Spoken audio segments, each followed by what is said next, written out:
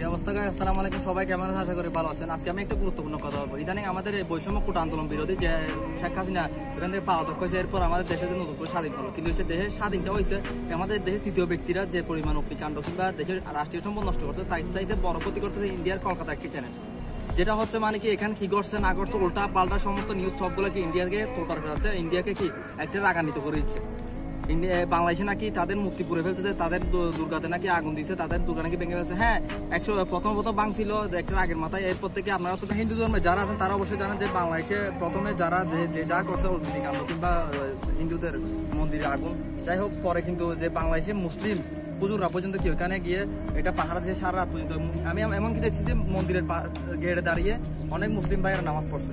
তো আপনারা এত কিছু আন্দোলন করতেছেন, এত কিছু আপনারা চোখ দিয়ে দেখতেছেন, বাংলাদেশে হিন্দু ভাইয়েরা কি দেখতেছেন? আপনারা একটা দল গঠন করেন না, আলতু ফালতু দল তো গঠন করতে পারেন। আপনারা একটা দল গঠন করে এদেরকে বুঝাই দেন না যে আমরা হিন্দুরা সেফটি আছি, আমাদের এখানে এরকম কিছু হচ্ছে না।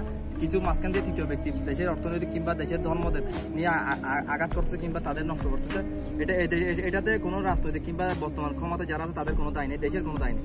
এটা আপনারা বলে দেন। আপনারা চুপ হয়ে আছেন, ওরা রেগে আছে, উল্টা পাল্টা ফালতু নিউজ সবগুলো করছে। আপনারা যদি একবার বলেন তাহলে ওরা এগুলো থেকে বন্ধ থাকবে। তো আমার হিন্দু ভাইরা বিষয়টা বুঝবেন। ধন্যবাদ। আসসালামু আলাইকুম।